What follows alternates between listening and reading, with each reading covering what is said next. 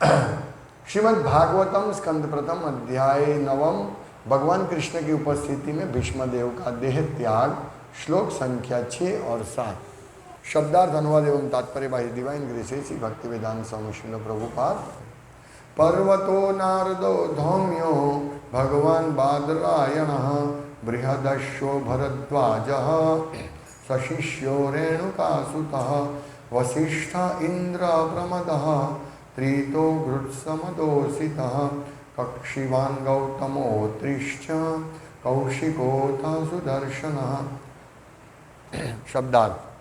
पर्वतः पर्वत मुनि, नारदः नारद मुनि, धौम्यः धौम्य भगवान ईश्वर के अवतार, बादरायणः व्यासदेव, बृहदश्व बृहदश्व भरद्वाजः भरद्वाज सशिष्यः अपने शिष्यों सहित, रेणुकासुतः परशुराम, वसिष्ठः वसिष्ठ, इंद्रप्रमदः इंद्रप्रमद, त्रितः त्रित, गृत्समदः गृत्समद, असितः असित, कक्षिवान् कक्षिवान्, गौतमः गौतम, अत्रिः अत्रि, च तथा, कौशिकः कौशिक, अथ तथा, सुदर्शनः सुदर्शन। अनुवाद। पर्वत मुनि नारद, धौम्य ईश्वर के अवतार व्यास, बृहदश्व भरद्वाज परशुराम तथा उनके शिष्य वसिष्ठ, इंद्रप्रमद, त्रित, गृत्समद, असित, कक्षिवान, गौतम, अत्रि, कौशिक तथा सुदर्शन जैसे सारे ऋषि वहाँ उपस्थित थे। तो अभी हम तात्पर्य पढ़ेंगे, सीधा पढ़ेंगे, मैं धीरे धीरे पढ़ूंगा और हम देखेंगे इतने महान महान ऋषि इकट्ठे हुए हैं। इन महान जो अभी घटना बनने होने वाली है उसमें महान महान ऋषि इकट्ठे हैं। ये भीष्म पितामह बहुत बड़ा ज्ञान वहाँ देने वाले हैं। ये सब ऋषि मुनि को मालूम था, इसलिए वो सब उपस्थित हो गए। तो हम देखते हैं एक एक ऋषि का प्रभुपाद तात्पर्य में बताते हैं, तो इस हिसाब से हम सीधा ही पढ़ेंगे। इसके ऊपर फिर मैं और कोई कमेंट नहीं करूँगा। अगर ज़रूरत पड़ा तो तात्पर्य हम जितना 15-20 मिनट में जितना आएगा उतना हम पढ़ते हैं। तात्पर्य। पर्वत मुनि सबसे ज्येष्ठ मुनि माने जाते हैं। वे नारद मुनि के लगभग निरंतर संगी है। वे अंतरिक्ष यात्री भी है जो किसी भौतिक यान की सहायता के बिना वायु में यात्रा करने में समर्थ है। जैसे हम लोग बड़े बड़े हस्तियों का पढ़ने के लिए, सुनने के लिए बहुत तत्पर रहते हैं कि भाई नरेंद्र मोदी क्या करते हैं, उनका हिस्ट्री बताइए। सब हम लालायित रहते हैं। आजकल के हीरोइन क्या करते हैं, माइकल जैक्सन क्या करते हैं, अमिताभ क्या है, उसकी दिनचर्या क्या है, वो क्या किया उसने, ये सब सुनने के लिए जनरली भौतिकतावादी उत्सुक रहते हैं। उसी प्रकार हमें उत्सुक रहना चाहिए ऐसे महान महान ऋषियों के बारे में सुनने का। मुझे बहुत अच्छा लगता है जब प्रभुपाद ऐसा वर्णन करते हैं, एक एक ऋषि कितने महान हैं, सुनने जैसा है ना। जैसे ये पर्वत मुनि अंतरिक्ष यात्री थे। पर्वत मुनि नारद मुनि के साथ बहुत सारी हम देखते हैं, कथा भी आती है भागवतम में, तो उनके संगी थे। पर्वत मुनि नारद मुनि के साथ दोनों साथ में मित्र जाते हैं सब लोगों का कल्याण करने के लिए।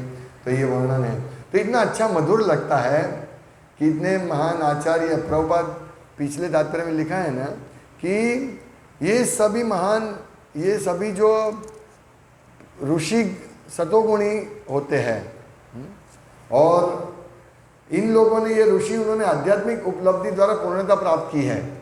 तो ऐसा नहीं इसमें कुछ त्रुटि है, ये आध्यात्मिक उपलब्धि मतलब आध्यात्मिक पूर्ण है आध्यात्मिक रूप से। तो ऐसे ऋषियों की हम सब चर्चा कर रहे हैं। आगे मैं पढ़ता हूँ प्रभुपाद के तात्पर्य से। पर्वत मुनि भी नारद के समान ही देवर्षि अथवा अर्थात देवताओं में महान ऋषि हैं। वे महाराज परीक्षित के पुत्र महाराज जन्मेजय के यज्ञ के समय नारद के साथ उपस्थित थे। इस यज्ञ में विश्व के सारे सर्पों का विनाश किया जाना था। पर्वत मुनि तथा नारद मुनि गंधर्व भी कहलाते हैं, क्योंकि वे भगवान की महिमा का गायन करते हुए आकाश में विचरण कर सकते हैं। चूंकि वे आकाश में विचरण कर सकते हैं, अतएव उन्होंने वहीं से द्रौपदी का स्वयंवर देखा था। नारद मुनि की भांति पर्वत मुनि भी स्वर्ग में राजा इंद्र के दरबार में जाया करते थे। गंधर्व के रूप में वे कभी कभी एक महत्वपूर्ण देवता कुबेर के राज दरबार में भी जाते थे। एक बार नारद तथा पर्वत दोनों के ही सामने महाराज सुंजय की पुत्री के कारण समस्या खड़ी हुई। महाराज सुंजय को पर्वत मुनि के वरदान से पुत्र लाभ हुआ। तो ये कुछ ऐसी घटना बनी होगी, समस्या आई थी। ये पुराण में इसकी कथा होगी। दूसरे जो देवर्षि नारद के बारे में अभी प्रभुपाद बता रहे, नारद मुनि का पुराणों की कथाओं से अनिवार्य संबंध है। उनका वर्णन भागवतम में हुआ है। अपने पूर्व जन्म में वे एक दासी के पुत्र थे, लेकिन शुद्ध भक्तों की संगति से उनमें भक्ति जगी और अगले जन्म में वे अद्वितीय सिद्ध पुरुष बने, यानी नारद मुनि। महाभारत में उनके नाम का उल्लेख कई स्थानों पर हुआ है। वे प्रमुख देवर्षि हैं। वे ब्रह्मा जी के पुत्र तथा शिष्य हैं और उन्हीं से ब्रह्मा के आगे की शिष्य परंपरा चलती है, यानी हमारी शिष्य परंपरा के वो दूसरे गुरु नारद मुनि। उन्होंने प्रहलाद महाराज, ध्रुव महाराज तथा अनेक विख्यात भगवत भक्तों को दीक्षित किया। यहाँ तक कि उन्होंने वैदिक ग्रंथों के प्रणेता व्यासदेव को भी दीक्षा दी। नारद मुनि के शिष्य देखिए, व्यासदेव से ही मध्वाचार्य को दीक्षा मिली और इस प्रकार मध्व संप्रदाय, जिसमें गौड़ीय संप्रदाय भी सम्मिलित है, सारे ब्रह्मांड में फैल गया। श्री चैतन्य महाप्रभु का संबंध इसी मध्व संप्रदाय से था। अतएव ब्रह्मा जी, नारद, व्यास से लेकर मध्व, चैतन्य तथा षड गोस्वामी, ये सारे एक ही शिष्य परंपरा से संबंधित थे।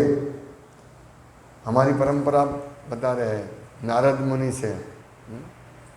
नारद मुनि ने व्यासदेव को दीक्षा दी, व्यासदेव ने मध्वाचार्य को दीक्षा दी। इस प्रकार हमारी परंपरा आगे आती है। और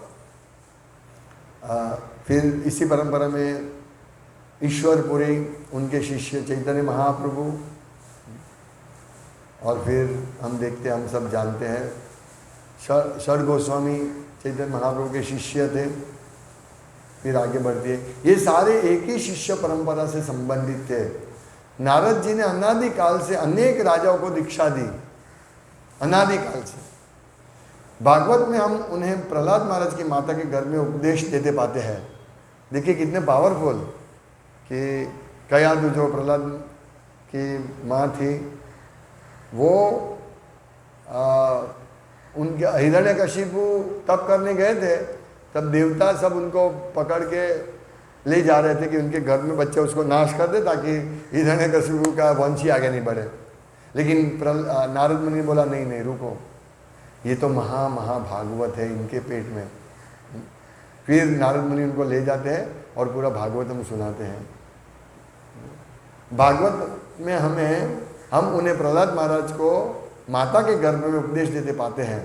उन्होंने कृष्ण के पिता वसुदेव तथा महाराज युधिष्ठिर को भी उपदेश दिया था। ये बहुत महत्वपूर्ण उपदेश 11वें स्कंद में आता है, जब उन्होंने वसुदेव, भगवान के पिता को भी उपदेश दिया था। वसुदेव नम्रता से, हालांकि वसुदेव को सब ज्ञात था भगवान के पुत्र हैं, फिर भी वो इतने नम्र थे कि नारद मुनि को कहते कि आप कृपा करके मुझे उपदेश दीजिए। नारद मुनि भी अपनी एक फर्ज समझ के, वो भी जानते हैं ये तो भगवान के पिता है, फिर भी अपनी समझ दे के बहुत सुंदर उपदेश देते हैं। और नारद मुनि की भी भगवान पूजा करते हैं, जहाँ भी भगवान को मिलते हैं वहाँ पूजा करते हैं। जब द्वारका में आए थे राजसभा में, तब वसुदेव ने उनकी पूजा की थी। इस प्रकार नारद का तो बहुत महान वो प्रमुख देवर्षि हैं। और भगवान के सभी महलों की मुलाकात ली थी, तब प्रत्येक महल में भगवान कृष्ण ने उनका स्वागत किया था, उनकी पूजा की थी। ये है नारद मुनि, महान नारद मुनि। और आज लोग, दुष्ट लोग, कलयुग के चेले, वो सोचते नारद की तरह सबको लड़ाते हैं। नारद सबको ऐसा उदाहरण देते हैं कि ये आदमी नारद की तरह सबको लड़ाते हैं। दुष्ट लोग हैं, वो नारद मुनि का पात्र को नहीं जानते हैं। फिर एक और ऋषि धौम्य, ये एक महान ऋषि थे। अभी देखिए, ये सब महान ऋषि का हम वर्णन पढ़ रहे हैं, सुन रहे हैं, तो ये सब भीष्मदेव का दर्शन करने आए थे।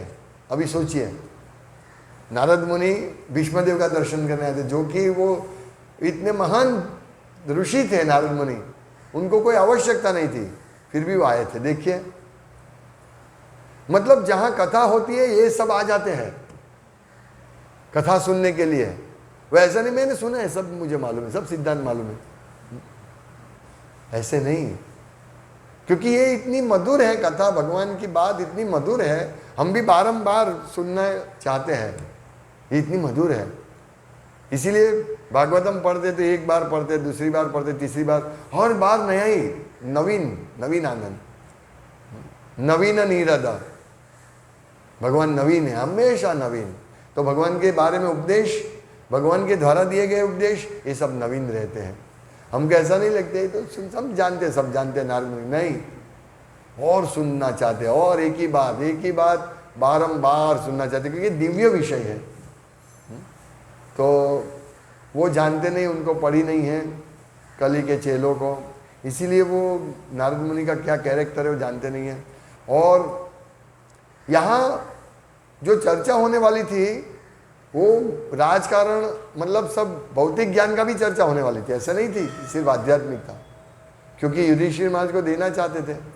लेकिन सब ऋषि को मालूम था यहाँ भगवान की बहुत बड़ा गुणगान होगा, और स्वयं भगवान उपस्थित है तो कुछ तो बड़ी चीज होने वाली है, सब जानते थे, इसीलिए इकट्ठे होते हैं। धौम्य ये एक महान ऋषि थे जिन्होंने उत्कोचक तीर्थ में कठिन तपस्या की और उन्हें पांडव राजाओं के राजपुरोहित के रूप में नियुक्त किया गया। महाभारत में आते धौम्य ऋषि का वर्णन यहाँ और आगे। उन्होंने पांडवों के अनेक संस्कारों में पुरोहिताई की और द्रौपदी की सगाई के समय उन्होंने हर एक पांडव का संस्कार कराया।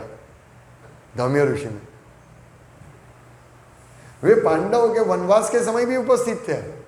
अगर आप भगवत दर्शन में महाभारत पढ़ते तो उसमें वर्णन आता था, धौम्य ऋषि उपस्थित थे। और जब भी उन्हें कोई कठिनाई होती तो वे उन्हें परामर्श दिया करते थे, यानी धौम्य ऋषि उनके साथ चलते थे। और जब भी पांडव, क्योंकि वो क्षत्रिय थे, वो तो ये चाहिए ना परामर्श, सलाह चाहिए ना, अभी हम क्या करें, अभी ऐसी परिस्थिति हुई हम क्या करें, अभी हमको वनवास लेना है, अरे अभी हमको अज्ञातवास में रहना, हम क्या करें। तो ये सब प्रश्न जब आते हैं तो धौम्य ऋषि वहाँ रहते थे। और जब भी कोई कठिनाई होती तो वे उन्हें परामर्श दिया करते थे। उन्होंने उपदेश दिया था कि किस प्रकार 1 वर्ष तक अज्ञातवास किया जाए, और पांडवों ने उनके उपदेशों का कठोरता से पालन किया था। तो उन्होंने बताया था कि किस प्रकार अज्ञातवास में रहे धौम्य ऋषि ने। तो ये है ब्राह्मण, ये है ऋषि जो हमेशा चिंतित रहते हैं कि भक्तों को या अच्छे व्यक्ति को किस प्रकार हम सतत मार्गदर्शन दें।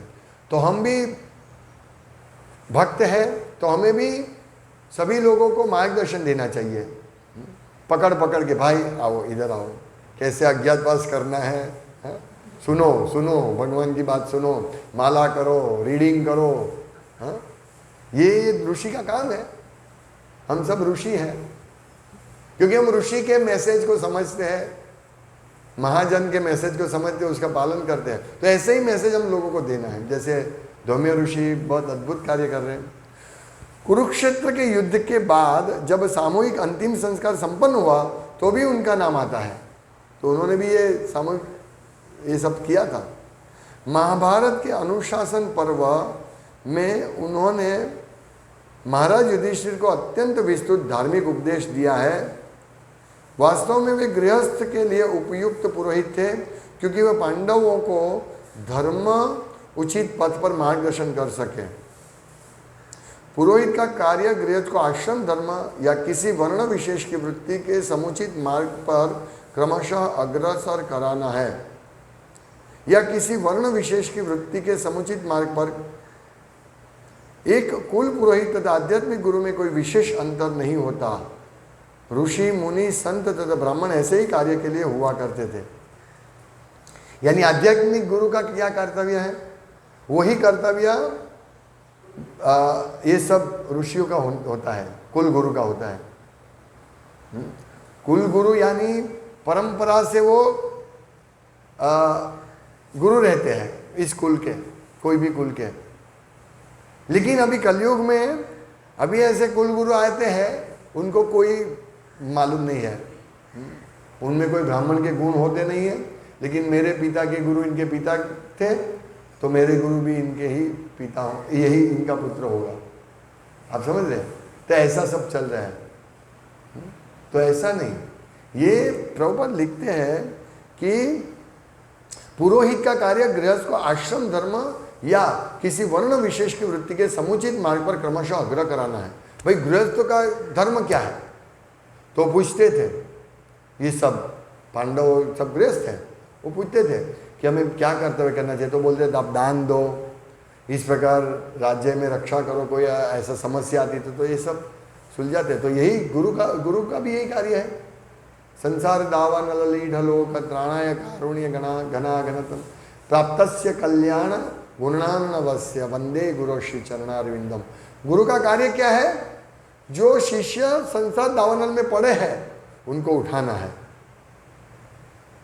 दैवी वर्णाश्रम में लाना है, और फिर धीरे धीरे धीरे धीरे करके उनको उन्नत करके भगवत धाम पहुंचाना है। तो ये कार्य इसीलिए कहते हैं एक कुल पुरोहित, कुल का पुरोहित, ये सब पुरोहित यानी ब्राह्मण, वो कुल को मार्गदर्शन देते हैं, आपको ये यज्ञ करना चाहिए, ये संस्कार करना चाहिए। हम देखते हैं कि धौम्य ऋषि ने सब जगह मार्गदर्शन दिया था। पांडवों के मैरिज में भी संस्कार किया था, यहाँ लिखा है ना कि उन्होंने संस्कार किया था सब। तो ये जरूरी है, संस्कार सब जरूरी है। लेकिन इस कलयुग में नष्ट हो रहे, और थोड़े भक्त मिलकर परम पूज्य भक्ति विकास महाराज के मार्गदर्शन से धीरे धीरे ये वर्णाश्रम वापस स्थापित करने का प्रयास कर रहे हैं। तो उसमें बहुत आवश्यक है, ऐसे पुरोहित की बहुत आवश्यक है जो मार्गदर्शन दे।